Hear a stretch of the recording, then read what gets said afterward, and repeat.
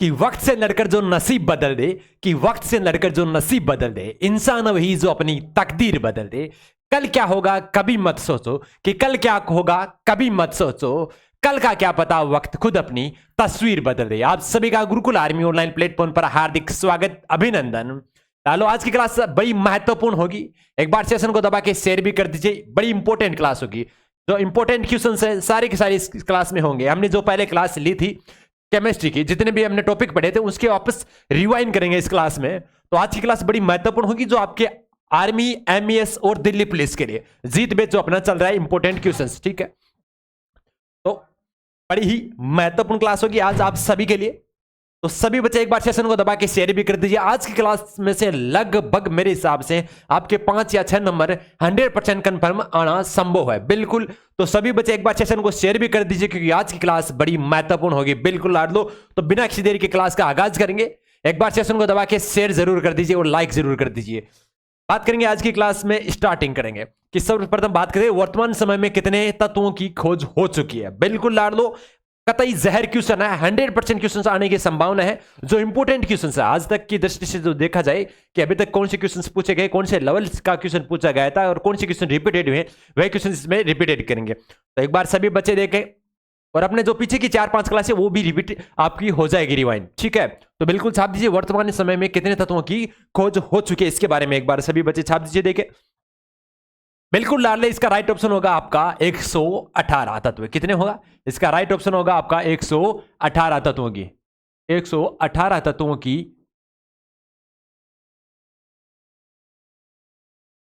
खोज हो चुकी है, 118 तत्वों की खोज हो चुकी है मेरे लालो, ठीक है। एग्जाम में क्वेश्चन ऐसा पूछा जाता है कि अभी तक कितने तत्वों की खोज हो चुकी है, तो लाले इसका राइट ऑप्शन होगा 118 तत्वों की खोज हो चुकी है, ठीक है। इसके अलावा अगर इसके बारे में अगर थोड़ी सी और बात करें कि कितने तत्व जो प्रकृति में उपलब्ध, उसके अलावा एक क्वेश्चन और पूछा जा सकता है कि 94 को वैज्ञानिक ने कृत्रिम तरीके से संश्लेषित किया है, कि कितनों को कृत्रिम रूप से संश्लेषित किया है, कृत्रिम रूप से संश्लेषित, कितनों को कृत्रिम रूप से संश्लेषित किया है, इसके बारे में यह क्वेश्चन पूछा जा सकता है। तो इसका भी एक बार साथ ही में कमेंट सेशन में जरूर बताएं कि कितनों को संश्लेषित किया है। तो लाडे इसका राइट ऑप्शन कितना होगा, एक बार सभी बच्चे बताए देंगे। बिल्कुल 24 को, शेष जितने 24 हैं उनको संश्लेषित किया गया है, ठीक है। साथ में लिख लीजिए, कॉपी पेन हाथ में ले लीजिए, क्योंकि आज का सेशन बड़ा मजेदार और इंपॉर्टेंट रहेगा। अगली बात है कि कितने तत्वों प्रकृति में उपलब्ध है, कि कितने तत्व है जो प्रकृति में उपलब्ध है, क्योंकि 24 को तो आपने संश्लेषित कर दिया, तो और 118 की खोज हो गई, तो कितने बचे लाडले? सबका माइंड काम कर रहा होगा, क्योंकि 24 संश्लेषित किए गए, 118 तत्वों की खोज हो चुकी है, तो शेष बचे कितने हैं लाडले? 94। कितने बचे? 94 तत्व, ठीक है। बिल्कुल राइट ऑप्शन होगा इसका 94 होगा, ठीक है। प्रकृति में कितने हैं, जिसमें 94 प्रकृति में उपलब्ध है, 118 तत्वों की खोज हो चुके, ठीक है। बिल्कुल लाडले, बात करेंगे इसके आगे अगले क्वेश्चन की ओर कि परमाणु इलेक्ट्रॉन त्यागने पर क्या होता है, कि जब परमाणु इलेक्ट्रॉन त्याग देता है तब क्या होता है, क्या धनावेशित होता है या ऋणावेशित होता है, यह आपको बताना है। तो सभी बच्चे जल्दी से छाप दीजिए। कम समय में सटीक क्वेश्चन करवाना हमारा इस जो जीत बेच की जो साइंस की क्लास आती है, इसका मेन पर्पज ये रहता है कि कम समय में सटीक क्वेश्चन कराइए, जितने ज्यादा क्वेश्चन हो सके आपके पास उतने क्वेश्चन आपको बहुत प्रोवाइड हो जाए, जो एग्जाम की दृष्टि से अति महत्वपूर्ण होते हैं, वही क्वेश्चन आपको इस क्लास में करवाए जाते हैं मेरे लाडलो। बिल्कुल मेहनत करोगे तो सफलता जरूर मिलेगी, यह दावा है बिल्कुल। और आपको जो एग्जाम में क्वेश्चंस आएंगे वो एक भी क्वेश्चन आपको छोड़ा नहीं जाएगा, बस आपको एक ही बात याद रखनी है, बस कंटिन्यूटी जारी रखनी है। कंटिन्यूस रहोगे क्लास में तो आपका सिलेक्शन 100% होना संभव है। बिल्कुल हमारी टीम जी जान से मेहनत करेगी, आपका सिलेक्शन करवाना हमारा मेन लक्ष्य है, पर्पज है, बिल्कुल। तो सभी बच्चे मेहनत करोगे, क्योंकि मेहनत करने वालों को सफलता जरूर मिलती है। कि ऊपर वाले के दरबार में देर हो सकती है, अंधेर नहीं मेरे लाडले, कि रख हौसला वो मंजर भी आएगा, कि रख हौसला वो मंजर भी आएगा, पैसे के पास समुंदर भी आएगा, यू रूट करना बेट मंजिल के मुसाफिर, मंजिल भी मिलेगी और मिलने का मजा भी आएगा। तो लाडले इलेक्ट्रॉन है, जो परमाणु है, इलेक्ट्रॉन त्यागते हैं, तो त्यागने पे क्या अवस्था हो जाती है वो आपको बताना है। तो लाले परमाणु इलेक्ट्रॉन त्याग देते हैं तो क्या हो जाता है? धनावेशित हो जाता है। कैसा हो जाता है? धनावेशित, धनावेशित हो जाता है, ठीक है। बिल्कुल लाडले, धनावेशित का ट्रिक क्या होता है? पॉजिटिव, ठीक है। बात करेंगे अगर इलेक्ट्रॉन, जैसे परमाणु मान ली कि अगर परमाणु इलेक्ट्रॉन ग्रहण कर लिया तो क्या होगा? तब लाडले ऋणावेशित होगा। क्या होगा? ऋणावेशित होगा, क्योंकि इलेक्ट्रॉन उसके पास आ जाएंगे, ऋणावेशित हो जाएगा। ठीक है, ऋणावेशित, जी बिल्कुल ऋणावेशित हो जाएगा। ठीक है, छाप के रखना, ये बहुत बार एग्जाम में पूछा जाता है कि परमाणु के द्वारा जब इलेक्ट्रॉन ग्रहण कर लिया जाता है तो क्या आ जाता है, ऋणावेशित। जब इलेक्ट्रॉन त्याग देता है तो क्या हो जाता है, धनावेशित। ये आपको छाप के रखना है। ठीक है, बिल्कुल। इसके अलावा अगर बात करें आपके, इसके अलावा अगर आप बात कर लेते हैं कि जब परमाणु से संयोग करने पर जितने भी आपके कोई भी परमाणु जितने इलेक्ट्रॉन लेता है वो देता है, वह संख्या ही उस परमाणु की संयोजकता कहलाती है। जितना लेता है और देता है वही उसकी संयोजकता कहलाती है। अगर इसके बारे में थोड़ी सी और डिटेल से जानते हैं, इसका एक बार स्क्रीनशॉट ले लीजिए या लिख लीजिए। परमाणु इलेक्ट्रॉन त्यागने पर धनावेशित, परमाणु इलेक्ट्रॉन ग्रहण करने पर ऋणावेशित। लिख लिया, बिल्कुल लिख लीजिए एक बार सभी बच्चे। बिल्कुल सर।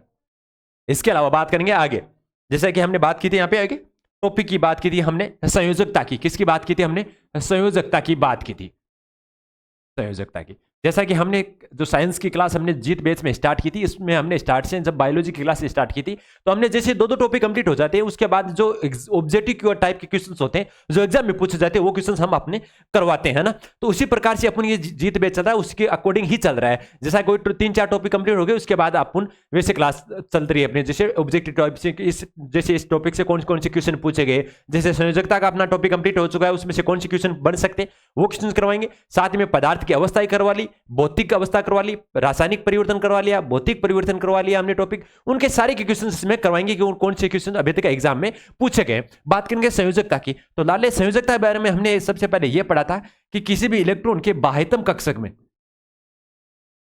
बाह्यतम कक्षक में, बाह्यतम कक्षक में उपस्थित इलेक्ट्रॉनों की संख्या, उपस्थित इलेक्ट्रॉनों की संख्या को संयोजकता कहते हैं। क्या कहते हैं, उपस्थित इलेक्ट्रॉनों की संख्या को ही संयोजकता कहते हैं। यही तो हमने पढ़ा था।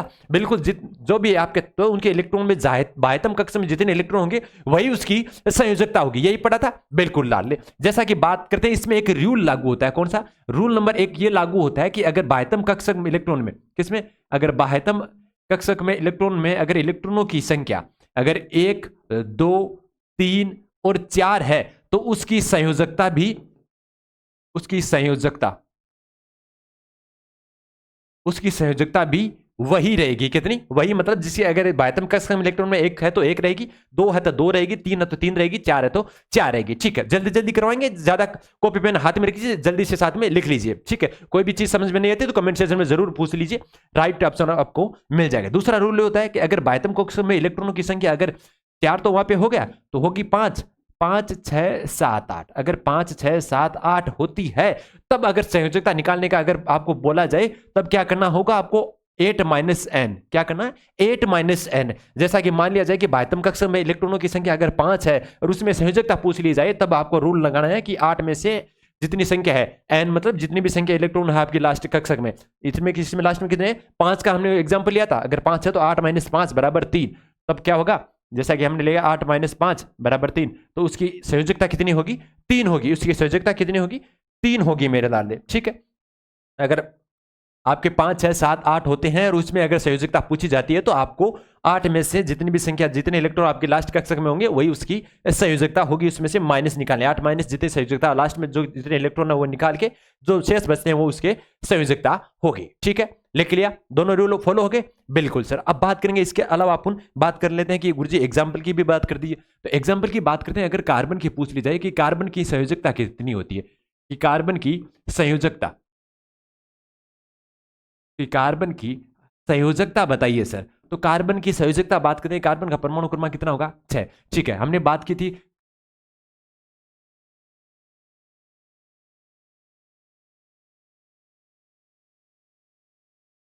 ALMN, ऐसा तो करा था।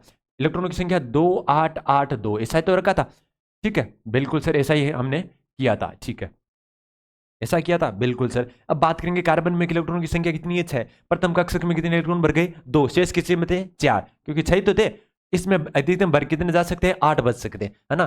तो लास्ट अंतिम कक्षा में कितने इलेक्ट्रॉन है, 4 है। तो हमने क्या ट्रिक लगाई थी, हमने ट्रिक लगाई थी गुरुजी की अगर अंतिम कक्षा में इलेक्ट्रॉन 1, 2, 3, 4 है तो उसकी संयोजकता भी वही होगी। अगर अंतिम कक्षा में इलेक्ट्रॉन 5, 6, 7, 8 है तो उनमें संयोजकता होगी 8 - n। ठीक है, जैसा कि हमने एग्जांपल लिया था, अगर इलेक्ट्रॉन अंतिम कक्षक में इलेक्ट्रॉन की संख्या अगर 5 है तो 8 में से 5 गए 3, तो 3 उसकी संयोजकता होगी। अभी हमने देखा था कि जो आपकी कार्बन की संयोजकता के अंतिम इलेक्ट्रॉन जो कक्षक है, अंतिम कक्षक में 4 इलेक्ट्रॉन है, इसलिए उनकी अंतिम जो संयोजकता वो भी 4 की 4 ही होगी, क्योंकि अंतिम कक्षक में उपस्थित इलेक्ट्रॉन की संख्या ही उसकी संयोजकता कहलाती है। यही तो पढ़ा था। बिल्कुल सर, यह होगा आपका कार्बन की संयोजकता का वाला चैप्टर। ठीक है, बात करेंगे अणु की। अब अणु मॉलिक्यूल के बारे में अगर पूछा जाए कि जब एक या अधिक तत्वों के 2 या 2 से अधिक परमाणु रासायनिक रूप से संयोग कर ले, जब 2 या 2 से अधिक परमाणु, ठीक है, जब 2 या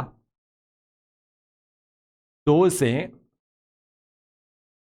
अधिक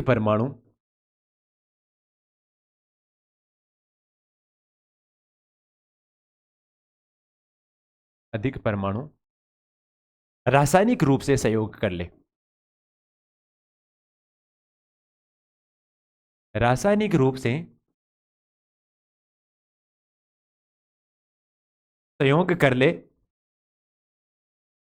तो क्या बनता है लाडले? अणु बनता है या मॉलिक्यूल बन जाता है। ठीक है, ये तो पढ़ा था। बिल्कुल सर, क्या बन जाता है? अणु बन जाता है। एक या अधिक तत्वों के 2 या 2 से अधिक परमाणु, 2 या 2 से अधिक आपके जो परमाणु हैं, उन परमाणुओं के जो संयोग से पदार्थ का एक अणु बनता है, जिसमें पदार्थ में रासायनिक गुण मौजूद होते हैं। और उदाहरण से जैसे देखा जाए तो अगर ऑक्सीजन का ले ले अपन, कैसा, अगर ऑक्सीजन का ले ले या कार्बन डाइऑक्साइड का ले ले, CO2, ठीक है, कार्बन और ऑक्सीजन दोनों हो गए, तो रासायनिक रूप से जो संयोग हो जाता है इनमें, किससे हो जाता है? इसमें जो रासायनिक रूप से संयोग कर पदार्थों के अणु बनते हैं। एग्जाम्पल ले लिया, जैसे CO2 का ले लिया, ठीक है, H2O का ले लिया, उस प्रकार से अणु वाला चैप्टर हो जाता है। ठीक है, अगर अणु सूत्र में CO2 मान लिया। बात करेंगे इसके अलावा, बात करेंगे अगले क्वेश्चन की, कि अगला क्वेश्चन कौन सा है कि तत्वों को संकेत के रूप में लिखने की प्रणाली किसने दी थी? बिल्कुल बड़ा मजेदार क्वेश्चन है, आर्मी में क्वेश्चन पूछा गया है। साथ ही में आपकी जो दिल्ली पुलिस है, दिल्ली पुलिस में भी ये 3 बार क्वेश्चन पूछा गया है कि तत्वों की संकेत के रूप में लिखने की प्रणाली किसने दी थी। इसके बारे में एक बार सभी बच्चे छाप दीजिए। देखें, बहुत बार इंपॉर्टेंट क्वेश्चन है, और हमने ये जब चैप्टर करवाया था उस टाइम भी हमने इसका बार बार जिक्र किया था। बिल्कुल बड़ा इंपॉर्टेंट क्वेश्चन लगा कि 3 स्टार क्वेश्चन लगाया था इस क्वेश्चन को, कि तत्वों के संकेत के रूप में लिखने की प्रणाली किसने दी थी, इसके बारे में आपको बताना था। ये हमें बताया था उस समय। तो सभी बच्चे एक बार छाप दीजिए। देखें, देखते हैं इसका सबसे पहले राइट ऑप्शन कौन देता है। बिल्कुल बिल्कुल, आप सभी का राइट ऑप्शन है जोन्स जैकब। क्या है? Jons Jacob Berzelius, Jons Jacob Berzelius इसका राइट ऑप्शन होगा। ठीक है, ये तो पढ़ा था। बिल्कुल लाडले, तो ये है आपका राइट ऑप्शन। बात करेंगे इसके अलावा, इन्होंने जब दी थी तत्वों की प्रणाली, वो सन कब थी? सन थी लाडले 1813। ठीक है, अभी तक पूछा तो नहीं गया, पर दिल्ली पुलिस वाले बच्चे इस चीज का ध्यान में रखना कि तत्वों को संकेत के रूप में लिखने की जो प्रणाली जोन्स जैकब बर्जीलियस ने दी थी, वो 1813 में दी थी। कब दी थी? 1813 में दी थी। ये आपको याद रखना। ठीक है, बिल्कुल। बात करेंगे इसके अलावा अगले क्वेश्चन की ओर। अगला क्वेश्चन आपके सामने है कि निम्न के प्रतीक चिन्ह लिखिए। जो प्रतीक चिन्ह है, किन किन के प्रतीक चिन्ह है वो आपको बताना है, और आगे आपको बताएंगे कि इनके प्रतीक चिन्ह क्या होंगे। तो अभी प्रतीक चिन्ह है, उन ये किन किन के प्रतीक चिन्ह है ये आपको बताना है। एक बार बताइए। देखें, पहला किसका प्रतीक है? बताइए। देखें, 1 नंबर पहला H। H किसका प्रतीक है? बिल्कुल सर, बिल्कुल बिल्कुल, किसका है? हाइड्रोजन का। ठीक है, मान लिया हाइड्रोजन। बिल्कुल सर। बात करेंगे N, बिल्कुल नाइट्रोजन का। किसका है?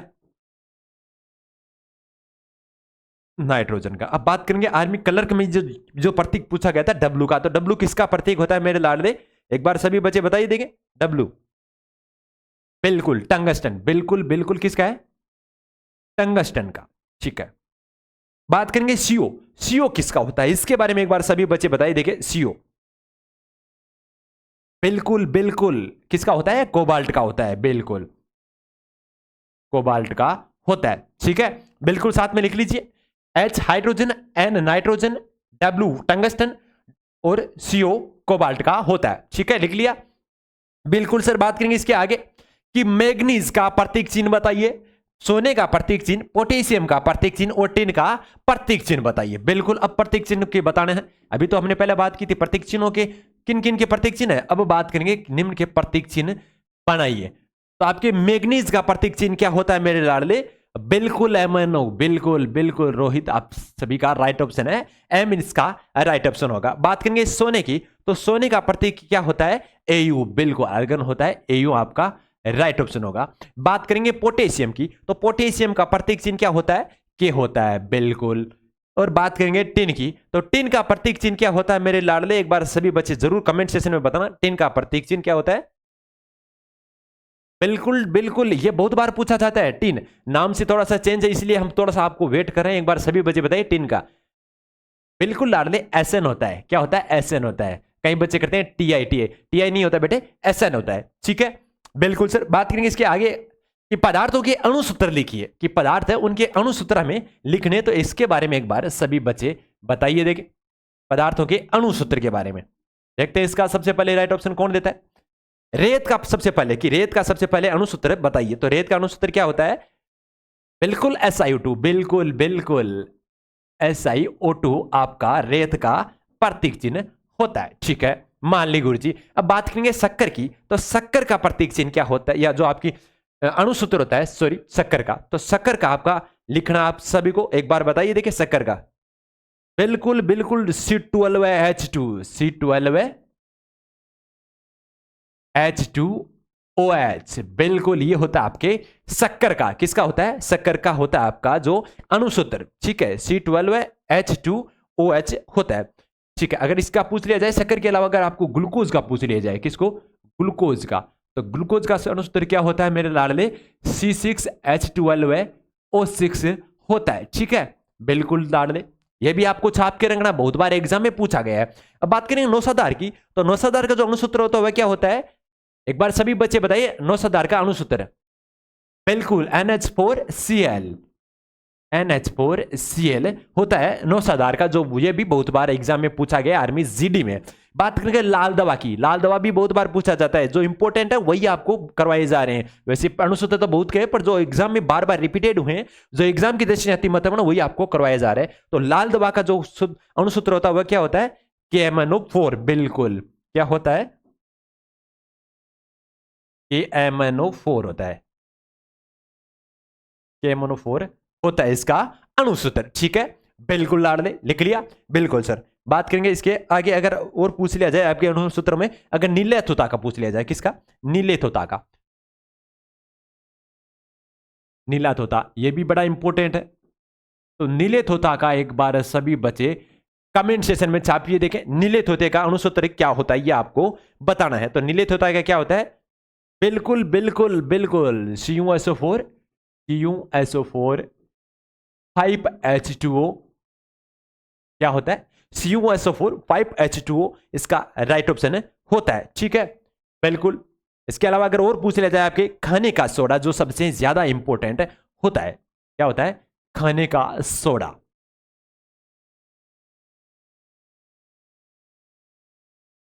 खाने का सोडा, इसके बारे में एक बार सभी बच्चे बताइए। देखिए खाने के सोडे का क्या होता है प्रतीक चिन्ह, इसके बारे में छाप दीजिए। देखिए खाने का सोडा है, बिल्कुल सोडियम बाइकार्बोनेट, बिल्कुल बिल्कुल आप सभी का राइट ऑप्शन है NaHCO3।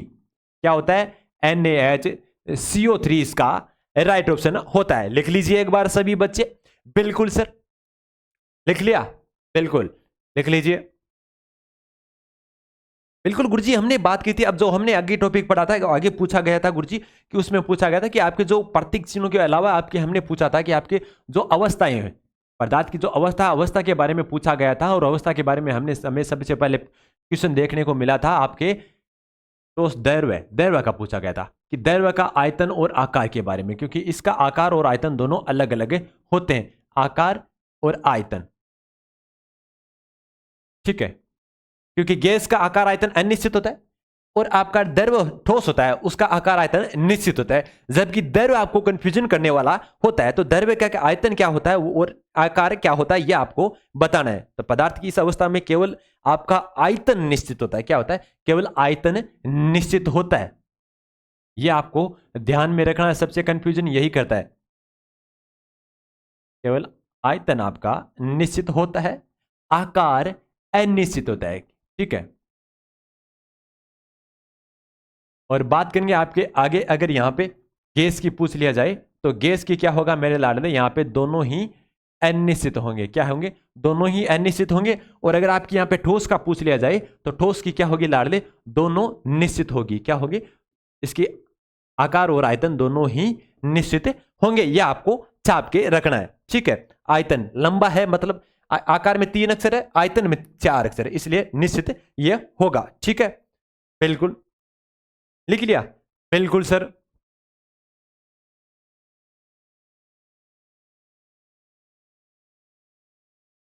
लिख लीजिए साथ में। अब बात करें इसके अलावा आगे क्वेश्चन पूछा गया था जल का कौंधनांक। किसका पूछा था? जल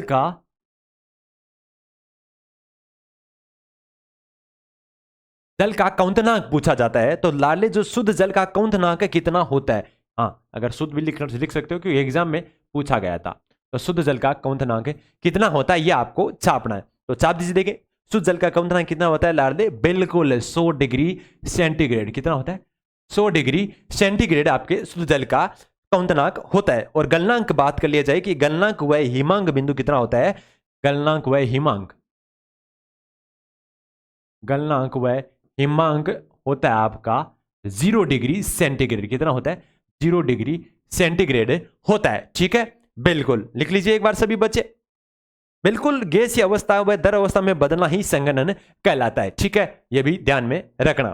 ठीक है, बिल्कुल ये तो आपकी जो मेन इंपोर्टेंट जो टॉपिक वाइज थे। ठीक है, अब बात करें पदार्थों के भौतिक पदार्थों की अवस्था वाला गुरुजी रासायनिक परिवर्तन हुआ, वो भी तो आपने करवाया था। जो अवस्था परिवर्तन वाला क्या करवाया था हमने? अवस्था परिवर्तन वाला भी करवाया था। भौतिक परिवर्तन, अवस्था, रासायनिक परिवर्तन। ठीक है, जिसमें हमने करवाया था गुरुजी पहले एक तो करवाया था भौतिक परिवर्तन और एक करवाया था हमने रासायनिक परिवर्तन। ये तो करवाया था बिल्कुल। ठीक है, जो बच्चे पहले रासायनिक परिवर्तन और भौतिक परिवर्तन की क्लास नहीं ली थी उनके लिए ये रिपीटेड क्लास होगी।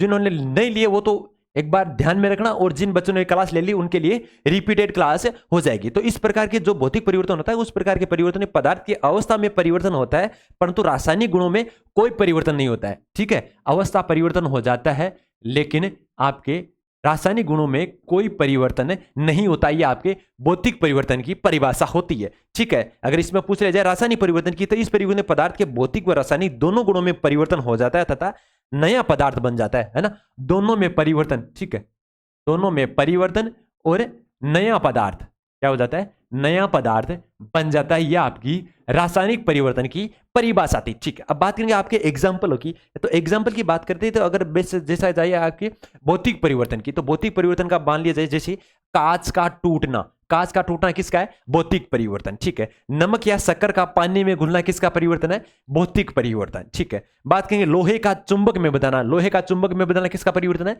भौतिक परिवर्तन। संघनन, आसवन, ऊर्ध्वपातन, जैसे बर्फ को गर्म किया, बर्फ को गर्म करते ही पानी जल बन गया, जल से वापस उसको और गर्म किया, वाष्प बन गया। ठीक है, वो कौन सा परिवर्तन है? वो भी आपका भौतिक परिवर्तन है। स्प्रिंग की आकृति में बदलाव, जैसे स्प्रिंग को दाबा छोड़ते ही वापस उसी परिवस्था में आ जाएगी, कौन सा परिवर्तन? भौतिक परिवर्तन। ठीक है, इसके अलावा बात करते हैं बल्ब का जलना, कौन सा परिवर्तन है? भौतिक परिवर्तन। ठीक है, बिल्कुल। अब बात करेंगे आपके रासायनिक परिवर्तन की। तो रासायनिक परिवर्तन में बात करेंगे जैसे कि कोयले या ईंधन का जलना, कोयला या ईंधन का जलना कौन सा परिवर्तन? आपका रासायनिक परिवर्तन। बात करेंगे लोहे पे जंग लगना, दूध से दही बनना, ठीक है, पाचन होना, ये सारे के सारे हैं। चाहे किण्वन के द्वारा शराब का निर्माण करना, और ये अगर पूछ लिया जाए सब्जी का पकना, फलों का पकना, ठीक है, और जो चूने के पानी में जो कार्बन डाइऑक्साइड प्रवाहित करने पर दूध या हो जाना। ठीक है, इसके अलावा सीमेंट में पानी मिलाने पर उसके सख्त हो जाना, या चूना को गर्म करने पे जो चूना पत्थर है उसको गर्म करने पे जो चूना बन जाता है, वो भी आपके कौन सा है? रासायनिक परिवर्तन। इसके अलावा एक इंपॉर्टेंट बात रखना, मोमबत्ती का जलना रासायनिक व भौतिक दोनों परिवर्तनों का उदाहरण है, क्योंकि मोम पिघलकर पुनः जम जाती है, जो एक भौतिक परिवर्तन है। ये आपको ध्यान में रखना है। ठीक है, कम समय में सटीक क्वेश्चन कराना हमारा मेन पर्पस था जीत बेच का। ठीक है, बिल्कुल। और शाम को 8 बजे मिलते हैं बिल्कुल आपके क्लास के साथ। 8 बजे जुड़ना न भूले, और सुबह रोज 7:15 बिल्कुल एज ए ब्रह्मास्त्र सीरीज आती है, जो एग्जिट एग्जाम की दृष्टि से अति महत्वपूर्ण होती है, क्योंकि इसमें करंट जीके भी होता है, जीके भी होता है, जीएस भी होता है, और रीजनिंग भी होती है। वो आपके मेन इंपॉर्टेंट क्लास होती है, तो सभी बच्चे उसके क्लास के साथ जुड़ना ना भूले। ठीक है, इसी के बीच आपकी इस क्लास के बीच इजाजत लेते हैं। जय हिंद, जय भारत।